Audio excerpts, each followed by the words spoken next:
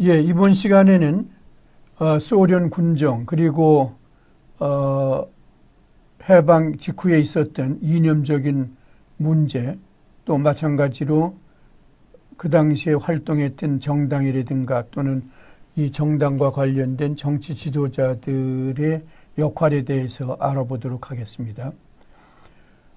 1945년 8월 15일 해방된 이후 남한에서는 미 군정에 의해서 미 군정이 실시가 되었는데, 미군에 의해서 역시 소련은 마찬가지로 북한 지역에 미 군정을 실시했습니다. 북한 지역의 미 군정은 1945년 8월 15일 북조선 주둔 소련군 사령부가 평양에 설치됨으로써 본격적으로 실시되었다, 그렇게 볼 수가 있습니다. 소련 군정 최고 지도자는 스티코프는 정치 공작의 달인인 소위 정치군인이었다, 그렇게 알려지고 있습니다.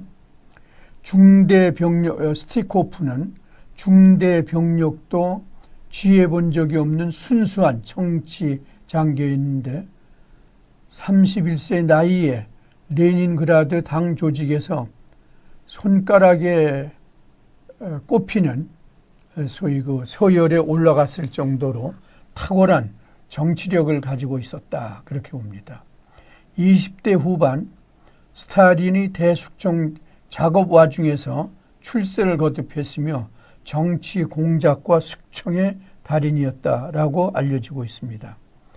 이와 같은 정치적인 배경을 뒤에 깔고 있었기에 스티코프는 북한에 대한 스티코프의 통치는 정치적이고 효과적일 수밖에 없었습니다. 북한 정권 수립 뒤엔 초대 주 북한 소련 대사를 맡아 영향력을 계속 행사했을 정도로 소련은 소련 군정을 북한에서 실시하는데 상당히 고도의 트레이닝을 받은 그런 정치 장교를 임명했을 뿐만 아니라 그 후에 북한 정권이 수립된 이후에도 소위 이와 같은 영향력을 지속시키기 위해서 소 군정 당시의 최고 지도자였던 스티코프가 소련 주 북한 소련 대사에 임명되어서 영향력을 계속 행사했었습니다. 스티코프를 통해 소련은 겉으로는 간접적인 통치 방식을 취했지만은 내용적으로는 매우 효과적인 공산주의 체제를 북한에 접목시키는데 또는 북한에 이행하는데 아주 큰 그런 그 역할을 했다, 그렇게 우리가 볼 수가 있습니다. 소련 군정과 미 군정에 의한 영향을 우리가 볼 수가 있습니다. 사실 1948년부터 1945년부터 8년까지 미국과 소련 군대가 남한과 북한에서 군정을 실시함으로 해서 남한과 북한은 어쩌면 지금까지도 이 당시 군정의 유산이 사실상 상당한 부분 남아있다, 그렇게 우리가 볼 수가 있습니다. 북한의 미 군정, 소련 군정은 북한은 1946년 2월 김일성 주도로 북조선 인민위원회라는 권력기구를 설립하고 이 단계에서 사실상 북한만의 단독 정부를 세웠다, 그렇게 볼 수가 있습니다. 소련은 북한에 대한 통치를 하는 데 있어서 직접 통치하는 방식이 아닌 한국인의 정권기관 형성을 후원하는 간접적인 통치 방식을 취했습니다. 여기에 비해서 미국은 남한에서, 그리고 북한은 소위 소련은 북한에서, 이렇게 할 수가 있다고 보지요. 미국은 남한에서 미군정을 통해서 직접 통치하는 방식을 취했습니다. 형식은 그랬지만은 내용적인 측면에서 보면 미군정은 남한에서 민주주의 원칙을 전복시키는데 상당히 기여했다. 이 이야기는 북한의 경우는 소련군이 외형적으로는 간접 통치 방식을 취했지만은 사실상 직접 통치를 하는 그러한 내용을 통해서 북한의 공산화에 아주 절대적인 기여를 했다라고 하면 공산화를 만드는데 결정적인 역할을 했다 그러면 미군은 남한에서 직접 통치 방식은 취했지만은 그러나 자유민주주의 체가 남한에 접목시키는데 크게 기여했다 이렇게 볼 수가 있습니다. 이로 인해서 남한은 미군정에 의해서 제도주의, 민주주의 제도를 갖게 되었고 또한 미군정은 남한사의 다원성을 인정함으로써 대한민국이 민주주의 체제로 발전하는 토양을 제공했습니다. 반면 소련 군정은 다양성은 인정하지 않았고 결국 북한이 전체주의 또는 공산주의로 가는 단초를 제공했다 그렇게 볼 수가 있습니다. 소련과 미군에 의한 군정에서 각 부분에 대한 활동은 어땠냐? 정당 활동에 대해서 보겠습니다. 미군정은 남한에서 정당한 등록만 하면 어떤 정당이든 창당할 수 있겠습니다. 따라서 수많은 정당이 남한에서 생겨났습니다. 당시에 남한에서 정치운동을 하던 사람들은 거의 어쨌든 하나의 정당을 가지고 정치활동을 했던 것을 볼 수가 있습니다. 미군정은 정당 활동에 대해서는 상당한 다양성 그리고 또는 자유를 부여했다 그렇게 볼 수가 있겠죠.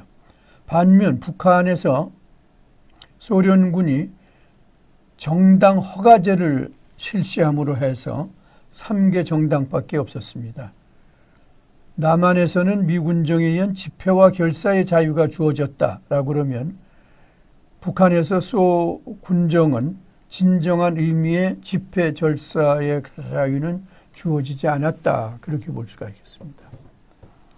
헌법 제정의 경우 남한의 헌법 제정자들은 사유재산이 자유의 근거라고 생각했지만 반면 북한의 헌법 제정권자들은 사유재산의 소멸을 인민주권을 실현하는 경제적 민주주의라고 생각한데 상당한 차이가 있었습니다.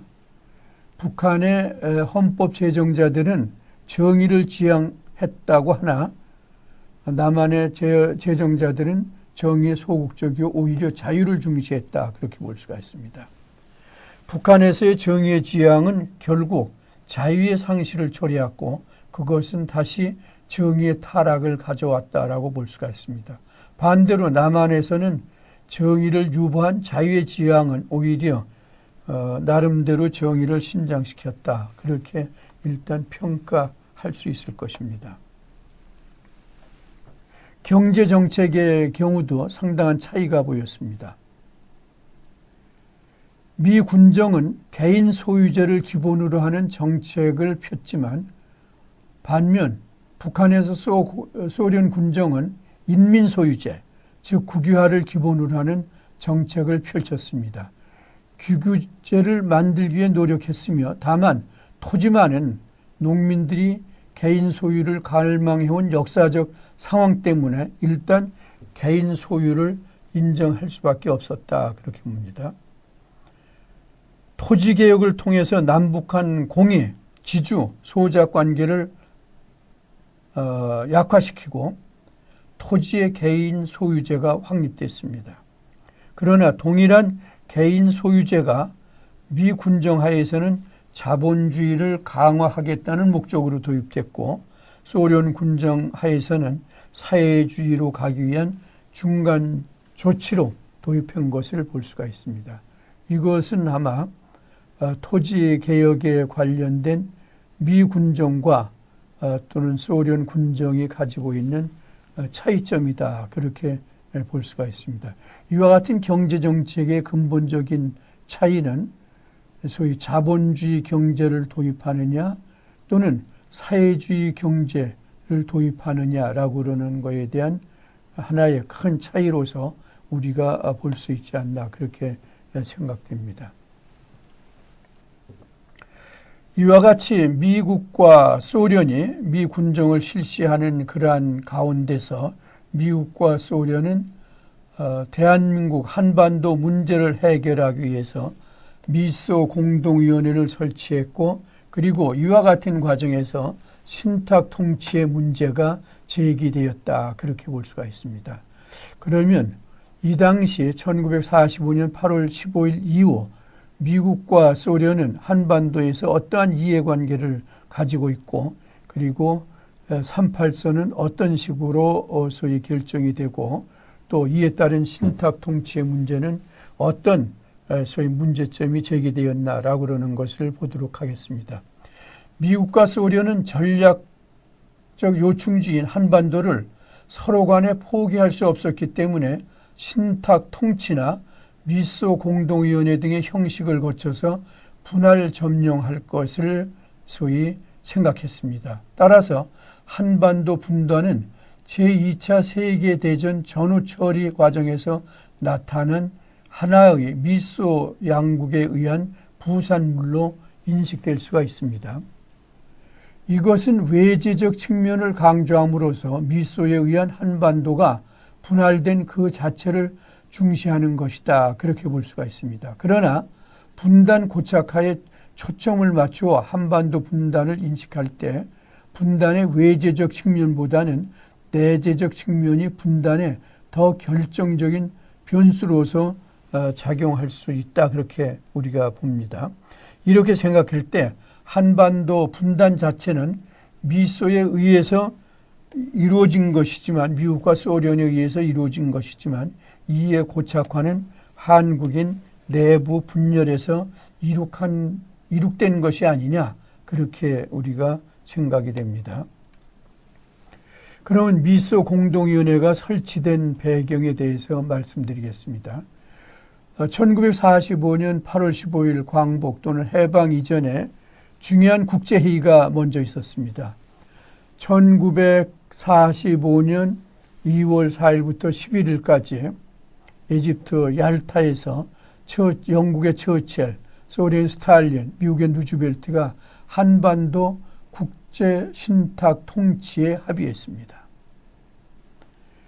1945년 5월 28일에는 트루만 대통령의 특사인 홉킨스가 스탈린과의 신탁 통치를 확인했습니다.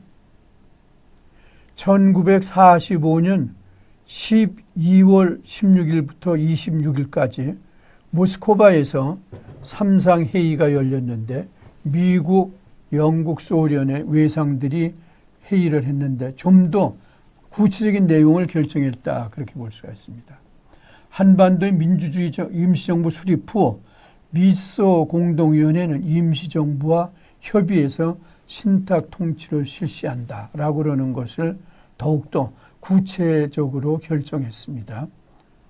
모스크바 삼상회의를 통해서. 그래서 모스크바 삼상회의 이후 1945년 1월부터 2월까지 미소 공동위원회 예비회담, 1946년 3월 20일부터 5월 9일까지 제1차 미소 공동위원회 개최, 1947년 5월 21일부터 10월 18일까지 제2차 미소 공동위원회를 개최하면서 소위 한반도의 신탁 통치 문제 또는 이 분할 처리 과정에서 이야기된 여러 가지 문제점 해결을 논의했지만은 미국과 소련 간의 상호 이해관계가 충돌해서 미소 공동위원회는 해체되었다. 그렇게 볼 수가 있습니다. 여기서 우리가 좀 더 구체적으로 알아봐야 될 것은 모스크바 삼상회의 결정문이다. 그렇게 볼 수가 있습니다. 모스크바 삼상회의 결정문은 신탁 통치를 기본 취지로 하는 미국 측의 제안과 민주주의적 임시정부 수립을 기본 취지로 하는 소련 측의 수정안이 토론된 것으로 볼 수 있는데, 이와 같은 내용이 영국의 동의로 협정이 체결되어서 다음과 같은 내용이 발표됐습니다. 3상의 결정문인데, 첫 번째, 한국을 독립국가로 재건설하며 민주주의적 원칙하에 발전시키고 일본 통치의 잔해를 빨리 청산할 조건들을 조성할 목적으로 민주주의 임시정부를 수립한다. 그래서 민주주의 임시정부를 수립한다라고 그러는 것이 첫 번째 내용입니다. 두 번째는 연합국이 한국 임시정부의 수립을 원조 협력할 방안의 작성은 민주주의적 정당 사회단체들과 협의를 통해 미소 공동위원회가 수행한다. 그래서 미소 공동위원회 역할에 대해서 얘기했습니다. 셋째가 이게 중요한 것인데 5년 이내를 기한으로 하는 4대 강국에 의한 신탁 통치의 협정은 한국 임시정부와의 협의를 거쳐 4개국이 심의한 후 제출한다라고 그러면서 신탁 통치의 구체적인 소위 결정이나 또는 기간이 분명히 제시되었다, 그렇게 볼 수가 있습니다. 이와 같은 모스크바 3상의 결정문에 대해서 당시에 중경 임시정부의 추대를 주장하던 한국독립당, 한국민주당 등 우익세력은 임시정부 수립을 위한 국제적 원조 방식을 선전하면서 신탁 반대 운동을 전개했습니다. 이 얘기는 신탁 통치를 하게 되면은 상해 임시정부 또는 중경 임시정부가 추구했던 그러한 한국 독립이 늦어진다. 그렇기 때문에 이것은 반대한다라고 입장을 발표했습니다. 반면 건국준비위원회 여운형과 같은 그러한 사회주의자 또는 좌익 세력들은, 그래서 여운형의 조선인민당, 박헌영의 조선공산당 등은 삼상회의 결의를 한국 임시정부 수립을 위한 국제적 합의로 받아들여서 찬성했습니다. 박헌영은 초기에 신탁 통치를 반대했지만은 평양에 다녀온 후 찬성한 것으로 나타났습니다. 따라서 이 좌익 세력, 사회주의 세력들은 맨 처음에는 반대했지만 평양과의 어떤 접촉 등등을 통해서 찬탁으로 변화된 것을 볼 수가 있습니다. 미국과 소련의 기본 인식과 신탁 통치에 대한 그들의 생각은 어땠느냐라고 그러는 것을 볼 수가 있습니다. 소련은 한반도가 소련에 대한 공격기지가 되지 않을까 우려해서, 따라서 국제 신탁 통치는 필요하다고 생각했습니다. 물론 신탁 통치 자체는 미국이 먼저 제기했지만은 소련도 이제 여기에 동의했다, 그렇게 보는 거죠. 국제정치학자인 브루스 커밍스와 같은 그러한 미국의 대학 교수는 루즈벨트가 구상한 신탁 통치안은 전후 세계에서 미국이 헤게모니를 장악하기 위한 새로운 수단으로서 오픈 도어 폴리시에 뿌리를 두고 있다라고 분석하고 있습니다. 한편 소련은 부동항에 대한 갈증과 당시 트루먼의 핵무기 전략도 중요한 변수로서 작용한 것이 볼 수가 있습니다.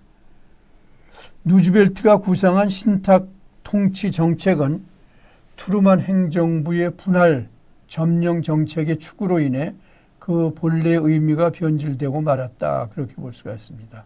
한반도를 양분한 미국과 소련은 전시회담에서 한국의 신탁 통치에 서로 동의했음에도 불구하고 분할 점령으로 인한 자국의 기득권을 유지하기 위해서 모스크바 3상회의에서 형식적인 외교적 합의 사항을 도출했다. 그렇게 우리가 볼 수가 있습니다. 따라서 이것은 신탁 통치하는 미국과 소련이 오랜 고민 끝에 나왔던 그러한 것이라기보다는 소위 분할 점령을 통해서 자국의 기득권을 유지하기 위한 그러한 다소 형식적인 차원에서의 외교적인 합의사항이다. 그렇게 보는 견해도 있습니다. 신탁 통치가 제기된 뒤에 국내 정국은 찬탁과 반탁, 탄핵 찬성파와 탄핵 반대의 소용돌이에 말려들어 해방 직후 정계상층부의 대립과 분열이 민족적 대립과 분열로까지 확대되어 전국이 극도로 혼란된 것을 볼 수가 있습니다. 찬탁과 반탁 세력이 단순히 그냥 그 당시 회계문이 장악뿐만 아니라 결국은 이것이 그 후에 한국 정치에도 많은 영향을 미쳐서 오늘날 이념 대립의 한 원인을 제공한 것을 볼 수가 있습니다.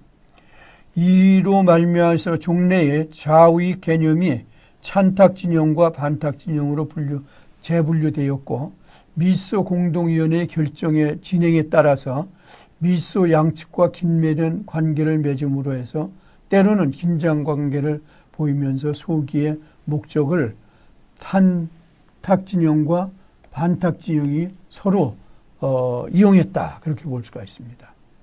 국내 정치 세력은 우선 지역적으로 남한과 북한으로 갈렸습니다. 남한과 북한으로. 남한의 경우는 반탁 진영과 탄탁 진영으로 양분할 수 있으나 제1차 미소 공유가 결연된 뒤에 중도파가 등장하면서 제3의 길을 모색하려는 시도가 보이고 있고 따라서 반탁 진영, 찬탁 진영, 중도 진영으로 구분하여 각각의 입장을 나타낸 것을 우리가 볼 수가 있습니다. 찬탁, 반탁에 대한 국내 정치 세력의 입장과 미소 공동위원회의 역할은 북한의 경우도 반탁과 찬탁 진영으로 구분할 수 있는데 각 진영은 조만식과 김일성으로 대표된다. 그렇게 볼 수가 있습니다. 그러나 신탁 통치 문제가 대두된 다음에는 반탁 진영이 그 영향력을 상실하여 북한의 정국은 전적으로 찬탁 진영이 소위 주도하게 되는 것을 볼 수가 있습니다. 신탁 통치 초기 구상이나 제안 배경 또는 미소의 합의 과정에 대한 분석도 물론 중요하지만 더욱 근본적인 것은 좌익 진영에 대한 민중 지지에 커다란 변화가 일어났다. 그렇게 우리가 볼 수가 있습니다. 즉 독립이라고 그러는 구호를 외치면서 즉시 독립이라고 그러는 구호를 외치면서 제2의 독립운동도 불사하겠다고 격앙된 그러한 목소리를 내든 인사들이 신탁 통치 수용은 매국적인 행동과 다른 것으로 비칠 수가 있습니다. 즉시 독립 위에는 어떠한 논리도 설득력을 가지기 어렵다고 하는 사실에서 좌익 진영의 태도 전략은 곧 끝없는 소모전을 뜻했고 결과적으로 해방 직후에 우세했던 지위까지도 잊어버리게 되는 그러한 결과를 나타낸 것을 볼 수가 있습니다. 공산당에서 신탁 통치를 받아들여야 한다는 논리로서 가장 중요한 것은 조선 문제의 국제적 관련성 또는 국제적 제약성이었다 볼 수가 있습니다. 조선 민족이 즉시 독립을 요구하나 자력으로 일제를 구축하지 못했으며 미국과 소련의 개입으로 미국과 소련의 힘으로 이루어진 아직 국제적 제약을 크게 받고 있다고 볼 수가 있습니다. 또는 정치적으로 혼란 상태에 처했을 뿐만 아니라 경제적으로도 파탄 위기에 직면해 있어 소련, 미국과 같은 민주주의 국가의 원조가 요청되었다라고 그 당시에 그 신탁 통치에 대한 논리를 폈습니다. 좌익 진영은 국내 정세에 비추어 당시 국내 정세에 비추어 삼상회의 결정에 지지하여 신탁 통치를 받아들이는 논리를 내세웠습니다. 그러나 미 군정의 힘을 배경으로 한 우익 진영이 독립을 우리 민족에 의한 자주 독립을 강력히 주장하는 반탁 논리를 내세움으로써 우익 진영의 논리를 좌익 진영은 극복하기 어려웠다 그렇게 봅니다. 삼상회의 결정을 대처하는 좌익 진영이 초기에 보인 논리상의 전환 배경이 석연치 않았고 반면 즉시 독립 요구를 또 곧바로 애국심과 연결시킨 우익 진영의 선전이 크게 주요했던 것을 볼 수가 있습니다. 지금까지 말씀드렸던 이와 같은 찬탁 그리고 반탁 이와 관련된 좌우익의 분열이 결국은 지금까지 소위 우리 사회에서 큰 문제로 등장하고 있는 이념적인 논쟁의 주요한 하나의 뿌리를 제공해 줬다 그렇게 볼 수가 있습니다. 해방 이후 이념 논쟁을 보면 해방 후 3년은 가장 혼탁하고 또한 이념적으로 혼재된 정치 상황이었다 그렇게 볼 수가 있습니다. 그래서 이 당시에 이데올로기의 소위 백가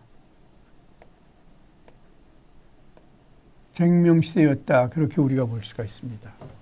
해방 직후 활동했던 건국준비위원회는 해방 후 3월 말까지 8월 말까지 145개의 지부가 자생적으로 조직되었습니다. 건국준비위원회는 민족주의, 사회주의 등 다양한 성향을 가진 인사들이 참여했고 9월 6일에는 조선인민공화국을 선포했습니다. 해방 직후 한반도에는 민족주의 우파 계열의 사람들보다는 민족주의 계열의 좌익의 활동이 더욱 활발했다 그렇게 봅니다. 박헌영을 중심으로 한 조선공산당은 전면적으로 토지개혁, 무상몰수, 무상분배에 의한 토지개혁은 물론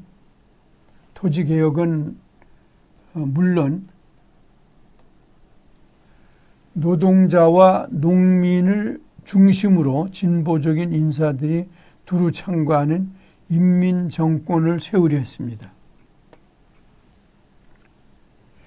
소련은 건준이와 조선인민위원회 활동을 대체적으로 인정했고 한국인 대표자와 협의하여 정책을 추진하려는 간접적인 통치 방식을 취했습니다.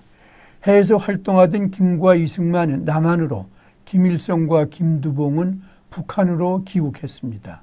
김구는 임시정부의 법통성을 중시하여 중경 임시정부와 인민공화국에 대등한 합작은 있을 수 없다고 주장하고 사항의 임시정부와 한국독립당을 중심으로 활동을 했습니다. 인민공화국 역시 자신들이 대중적 지지를 많이 받고 있으므로 중경 임시정부 아래로 들어갈 수 없다고 얘기했습니다. 농민들은 전국농민회를 중심으로 활동한 그러한 조직입니다. 전농은 일본인과 친일파 및 민족 반역자들의 토지를 몰수하여 가난한 농민들에게 나눠주고 소장료 30%를 로 줄인 것을 우리가 볼 수가 있습니다. 학자들은 조선 학술원을 조직하고 문화예술인들도 연합조직을 결성하여 식민지 잔재를 청산하고 민족 문화를 건설하여 새로운 민주국가를 만들고자 추구했습니다.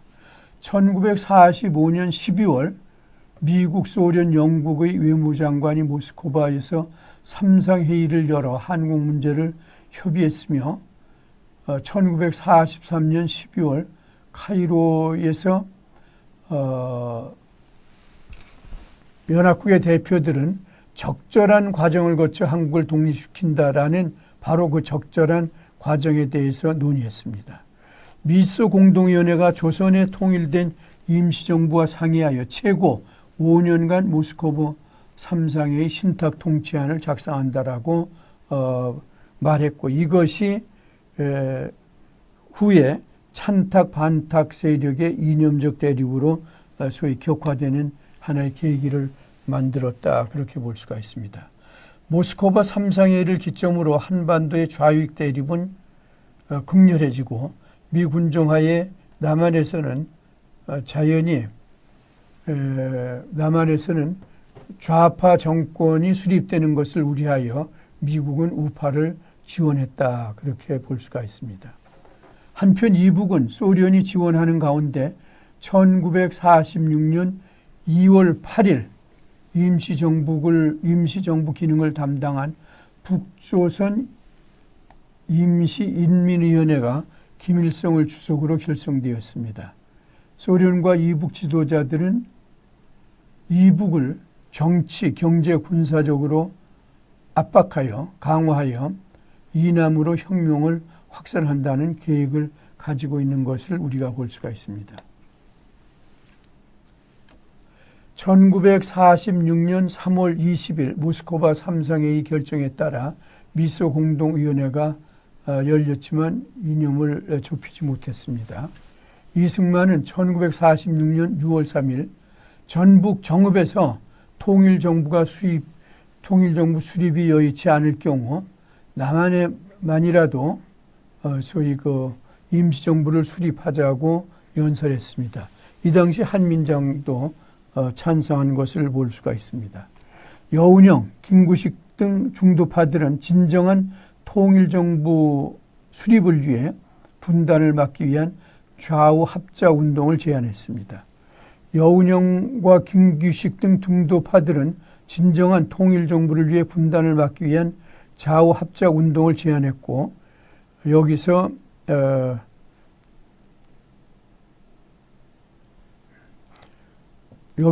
좌우에서 각각 5명의 대표를 선임하여 김규식과 여운형을 공동대표로 선출하였으며, 이들은 미소 공동위원회 재개와 성공을 위해서 노력하다가 1947년 12월 15일 소위 미소 공동위원회가 해체된 것을 우리가 알 수 있습니다. 1947년 5월 제2차 미소 공동위원회가 결렬되자 미국은 한국 문제를 유엔을 통해 해결할 것을 제안합니다. 미소 냉전이 격화되면서 미국의 세계 전략이 수정된 것으로 볼 수가 있습니다. 미국은 한국 문제를 미국이 주도하는 소위 유엔으로 넘김으로 해서 미국에 유리한 소위 그 한국 정부가 세워질 수 있도록 여러 가지 소위 그 전략을 구사했다, 그렇게 볼 수가 있습니다. 1947년 7월에 좌우 합작을 통한 통일정부 구성에 노력했던 여운형이 단독 선거를 주장하는 우익 청년에게 암살당함으로 해서 여운형의 죽음은 미소 공동위에 의한 임시정부 수립이 불가능하다라고 그러는 것을 상징적으로 보여준 사건이다, 그렇게 볼 수가 있습니다. 이에 유엔 총회는 유엔 감시하의 남북 총선거를 통해 통일정부 수립 방안을 다수결로 결정한 것을 우리가 볼 수가 있습니다.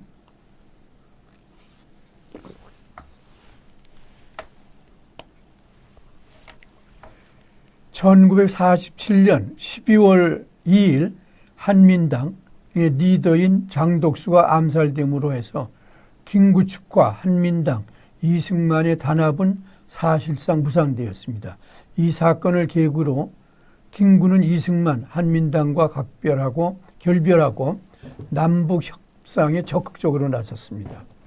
미국은 선거가 가능한 지역에서만이라도 총선거를 실시한다는 유엔 소청의 결의를 빌려 38도선 이남에서 단독선거 실시를 발표했습니다. 단독선거는 분단으로 이어질 것으로 주장하고 1948년 2월 김구와 김기식은 김일성과 김두봉 등 이북 지도자들에게 남북 협상을 제안했습니다. 그러나 이북은 이에 응하지 않았고 1948년 4월 19일 38도선을 넘은 김구는 5월 5일에 들어왔고 김구는 단독 정부 수립이 동족 간 전쟁으로 이어질지 모른다. 그러한 생각하에 1948년 5월 10일 날 있었던 소위 국회의원 선거에 불참했습니다. 1948년 5월 10일 남한에서 최초로 국민의 대표를 뽑는 선거가 실시했습니다. 이것은 남한만의 단독 선거였고 중도 좌파가 모두 불참한 반쪽짜리 선거였습니다. 5월 31일 제1국회가 개원되고 헌법안이 만들어져서 대다수 의원이 지지한 의원내각제가 이승만의 강경한 반발에 밀려 대통령 중심제로 바뀌었습니다. 당시 이승만은 대한민국 정부의 초대 대통령으로서 상당히 유력한 후보자였기 때문에 당시 이승만이 반발한 그러한 내각 책임제는 결국 헌법에서 채택되지 못하고 대통령 중심제가 되었다. 그렇게 볼 수가 있습니다. 7월 17일 헌법을 공포하고 사흘 뒤에 이승만을 대통령으로 선출했습니다. 광복 30주년을 맞은 1948년 8월 15일 대한민국 정부가 탄생하였습니다.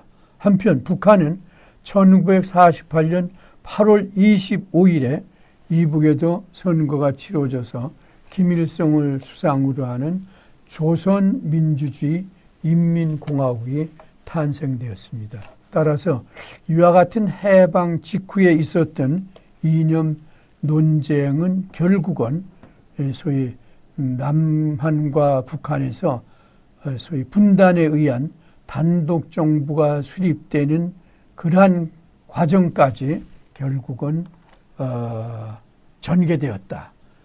따라서 해방 직후에 있었던 이념 분쟁은 어떻든 오늘날 남북 분단의 주요한 하나의 요인으로서 작용했다. 그렇게 우리가 볼 수가 있습니다. 그러면 지금의 한반도 분단의 요인은 어떻게 볼 것이냐? 여러분들이 아시는 것과 마찬가지로 지금 세계에서 지구촌에서 한반도는 거의 유일한 분단 국가로 있습니다. 한반도의 분단은 제2차 세계대전 후에 전후 처리 과정에서 미국과 소련의 냉전의 산물인 것은 우리가 분명하게 알 수가 있지만 분단 고착화의 책임은 민족 내에도 있다고 할 수가 있습니다. 이 해방 이후 우리 민족은 찬탁과 반탁, 탄핵 찬성, 신탁 찬성, 신탁 반대라고 그러는 소위 이 대결 구도에서 여러 가지 갈등이 야기됐고 이것이 분단 고착화로 이루어졌다. 그렇게 볼 수가 있습니다. 분단의 요인은 한 4가지 정도로 볼 수가 있습니다. 하나는 내인론, 외인론, 복합론, 가변론. 그러면 이와 같은 4가지 분단 요인 중에서 과연 한국의 분단은 어떠한 요소인가라고 그러는 것을 같이 한번 보도록 하겠습니다. 내인론은 해방 후 국내 정치 세력들 간의 좌우 이념 대립이 한반도의 분단을 고착화시켰다. 미국과 소련의 군정이 분단의 절대적인 요소라고 보지 않고 오히려 국내에서 정치 지도자들 간의 이념적인 대립이 분단을 고착화시키는데 중요한 요인이다 그렇게 보는 겁니다. 외인론은 미소 양국이 냉전 시대에 보여준 세계 패권을 잡기 위한 지배욕과 이데올로기에 의한 결과라고 하는 것이죠. 다시 말하면 2차 대전 이후에 미국과 소련 양대 세력이 하나의 긴장관계 또는 냉전관계에서 세계 패권을 잡기 위한 그러한 차원에서 한반도도 전략적으로 이루어진 것이다라고 봅니다. 복합론은 내인론과 외인론이 배타적으로 강조될 것이 아니라 상호 연관되어 있다. 다시 말씀드리면 한쪽엔 내인론, 한쪽엔 외인론이 상호 연결되면서 복합적으로 이루어진 것이 한반도 분단의 요인이다라고 보는 겁니다. 가변론은 분단은 결정적인 요인이 시간에 따라 변할 수 있다는 유동적인 시각. 따라서 외인론, 내인론도 시간에 따라서 변화되는 것이다. 어떻게 보면 가변론은 그래서 정확하게 그 분단의 요인을 설명하기 좀 힘든 것도 될 수가 있습니다. 분단의 유형은 국제형, 내쟁형, 그 다음에 소위 복합형 세 가지로 볼 수가 있습니다. 국제형은 통일 이전의 독일같이 세계 2차 대전의 결과 연합국의 합의에 의한 분단이다.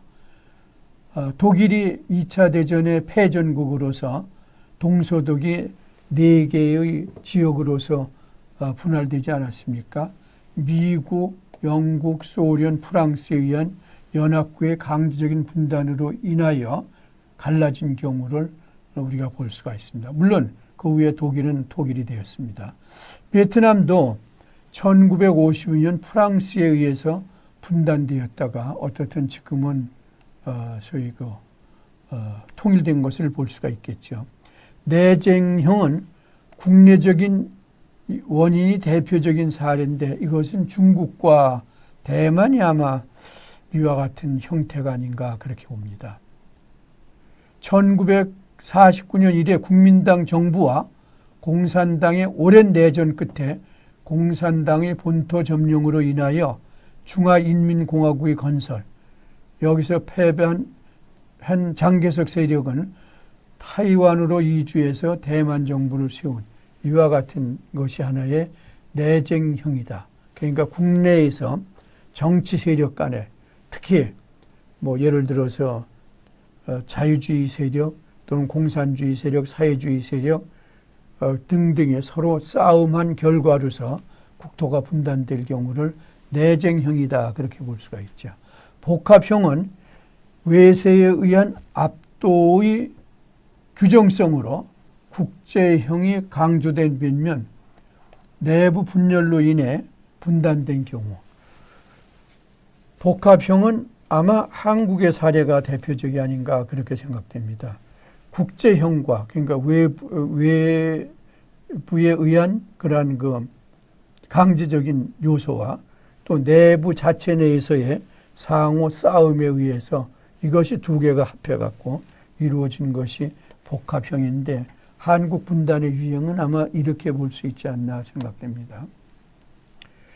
그러면 한국 1948년 해방 이후 소위 해방 정국에서 주요하게 활동했던 정치 지도자와 그들의 정치적인 단체 등은 어떠한 활동을 했는지 그런 거에 대해서 간단히 보도록 하겠습니다.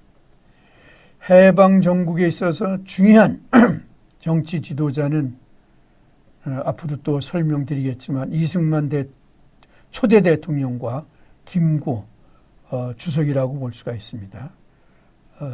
이승만 대통령에 대해서는 우리가 한국 정치 지도자 부분에서 다시 또 설명을 구체적으로 하겠습니다만 여기서는 우선 김구 선생님에 대해서 설명을 드리겠습니다. 김구는 본명 김창수, 호는 백범, 그래서 백범일지라고 그러는 것이 결국은 김구 선생이 자기 호를 따서 일기식으로 적은 게 백범일지, 그 유명한 소위 책이다 우리가 볼 수가 있겠죠. 백범일지를 통해서 우리는 김구 선생이 가지고 있었던 소위 그 독립운동의 정신, 그리고 애국정신, 또 일제와 싸웠던 여러 가지 기적 등을 우리가 볼 수 있지 않나 그렇게 생각됩니다. 1876년 8월 29일 황해도 해주에서 출생돼서 1949년 6월 26일 소위 안두이로부터 저격 사망했습니다. 김구는 정치가 독립운동과 3.1운동 이후 상해로 망명했습니다. 대한민국 임시정부 조직에 참여했고 1928년 한국독립당 총재가 되었습니다. 대한민국 임시정부 국무령, 내무총장, 경무국장을 역임하고 1944년 대한민국 임시정부 수석에 선임되었으면서 신민의 한인 애국단 등에서도 활동했습니다. 미 군정이 중경 임시정부를 인정하지 않아서 1945년 11월 23일 소위 임종 요인들과 개인 자격으로 환국한 것을 볼 수가 있습니다. 1962년 건국훈장 대한민국장이 주소가 되었습니다. 1962년에 비로소 대한민국 건국 훈장 대한민국장이 주소가 되었다라고 그러는 것은 김구 선생의 그러한 열성적인 그리고 자기 희생을 통한 독립운동가로서의 역할에 대해서 사실 이승만 정부는 그렇게 탐탁하게 여기지 않았다. 그런 것을 우리가 볼 수가 있겠죠. 그래서 이승만 정부 시절에는 이런 훈장을 받지 못했던 것을 우리가 볼 수가 있습니다. 김구와 한독당, 한국독립당의 관계. 한독당은 1930년 상해에서 결성되었습니다. 해방 이전의 한독당의 해방에 대한 인식은 대단히 낙관적이었으나 해방 후 조선의 운명이 조선민족의 자주적 의사보다는 외세에 의해 좌우될 것을 우려했습니다. 친일파, 민족 반역자 처리 문제에 있어서 한독당은 당책에서 매국적과 독립운동을 방해한 자를 지칭하며 그 재산을 몰수하여 부구용 사업에 사용하고 토지는 국유할 것, 봉건 파시스트 등의 일체 반민족 성향을 숙청할 것을 내세웠습니다. 그래서 상당히 강경하게 소위 그 반일 활동 그리고 또 친일 분자에 대한 척결을 주장했다 그렇게 볼 수가 있죠. 그러나 이런 것이 해방 정국에서 주요 쟁점으로 떠오르자 다소 한독당은 입장을 후퇴했다 그렇게 볼 수가 있습니다. 당시 대체로 우익 쪽은 친일파, 민족 반일자를 단지 배제하자는 입장이었고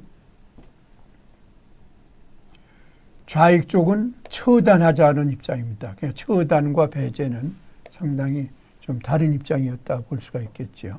한독당은 한독당이 제시한 정책을 실현하는 의지를 전혀 보여주지 못함으로써 도리어 좌익 쪽으로부터 봉건 파시스트 또는 반민주적 정치 세력으로 단정되는 빌미를 제공받았습니다. 이러한 한독당의 입장은 우익 진영 내에서도 한독당의 입지를 약화시키는 결과를 초래했고 나아가 통일정부 수립 과정에서 한독당이 주도적인 위치를 서지 못하는 결과를 가져왔습니다. 한독당은 앞장서서 반탁운동을 전개하는 과정에서 우익 진영의 주도권을 확보하는 계기를 마련했고 우익정당 통일운동의 진전을 보여 1947년 4월 7일 한독당, 국민당, 한민당, 신한민족당 인사들은 합당 원칙을 마련하는 데 성공했습니다. 그러나 한민당의 반대로 무산돼서 이후 1946년 4월 16일 7개 정당이 통합하여 세력을 확대했습니다. 제1차 미소 공동위원회가 결렬된 1946년 5월 이후 미 군정의 지지 속에 여운형과 김기식을 중심으로 한 좌우 합작운동이 추진되었는데 한독당은 좌우 합작운동 추진 세력의 독자적인 정치 세력화를 견제하기 위한 좌우 합작위원회는 불참했지만은 좌우 합작운동을 지지한다는 성명을 수차례 발표하는 등 뚜렷한 노선을 정립하지 못한 채 표류했습니다. 1946년 12월 입법위원회 구성되었는데 한독당은 반대한 반면 국민당계는 당면한 민생문제 해결을 이유로 참가했습니다. 이러한 내부의 대립이 1947년 들어와 미소 공동위원회 재개가 논의되면서 미소 공동위원회 참가를 주장한 국민당계와 한민족당계의 대부분 인사들이 한독당을 탈출해서 한독당의 당세는 크게 약화된 것을 우리가 볼 수가 있습니다. 김구와 한독당은 그 후 미국이 유엔 감시하에 남북 총선거를 실시하는 것을 제안하자 이에 대한 대책 마련에 상당히 부심했고 여기서 한독당은 1947년 10월 한독당 임시중앙위원회에서 남북대표회의를 조직하여 38선의 타계, 미소양군 철퇴 동시 남북통일선거의 절차 및 집행, 국민의회의 완성, 중앙정부의 조직, 유관우방과의 교섭 등의 추진을 결의했습니다. 그리고 김구는 남북협상, 남북대표 요인회담으로 표현된 통일정부 수립운동을 전개하여 여러 가지 활동을 하였지만은 소위 그 이승만 한민당 세력과의 마찰 등으로 인해서 이것이 제대로 되지 못했습니다.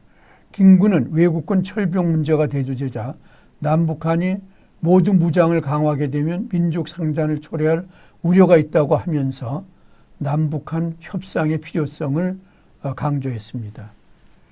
그리고 이후 1947년 제반 문제 촉진 실현을 위한 정당협의회 구성 원칙을 발표하는 등 여러 가지 단독 정부 수립에 반대하는 입장을 나타냈습니다. 특히 김구는 11월 14일 유엔 총회에서 미국이 제안한 조선의원회 설치안을 소련의 반대에도 불구하고 가결되었는데 반면 소련이 제안한 미소 양군 조기 철퇴안은 부결되었습니다. 김구는 11월 24일 미 군정화의 대의원 선거는 결의권이 없는 이상 효과가 없을 뿐더러 그 결과는 민족 분열을 초래한다라고 하면서 단독 선거에 반대했습니다. 이후 김구는 1947년 11월 30일 이승만과 만나 정부 수립 문제를 논의했지만 11월 1일 불행히 소련의 방해로 인하여 북한의 성감화는 실시하지 못할지라도 추후 그 방해가 제거되는 대로 북한이 참가할 수 있게 하는 것을 조건으로 의원이 총선거의 방식으로 정부를 수립해야 한다라고 하여 단독 정부 수립에 찬동하는 발표를 했습니다. 한독당의 노선이 단독 노선으로 인식되는 상황에서 김구는 12월 22일 발표한 성명에서 유엔 감시하에 총선거를 지지하면서도 단독 정부 수립에 반대하는 입장을 발표하는 등 상당히 좀 좌고 우면하는 그러한 태도를 보였다, 그렇게 볼 수가 있습니다. 따라서 김구는 단독 정부 수립은 하지 못하고 이후에 소위 그 김구가 암살됨으로 인해서 한독당과 김구 선생의 역할은 종료되는 그러한 것을 우리가 볼 수가 있습니다. 그런 측면에서 해방 이후에 김구 선생과 소위 그 한국 독립당의 활동은 좌우 합작을 통해서 통일 정부를 수립하려던 노력은 사실상 무산된 그러한 것을 우리가 볼 수가 있습니다.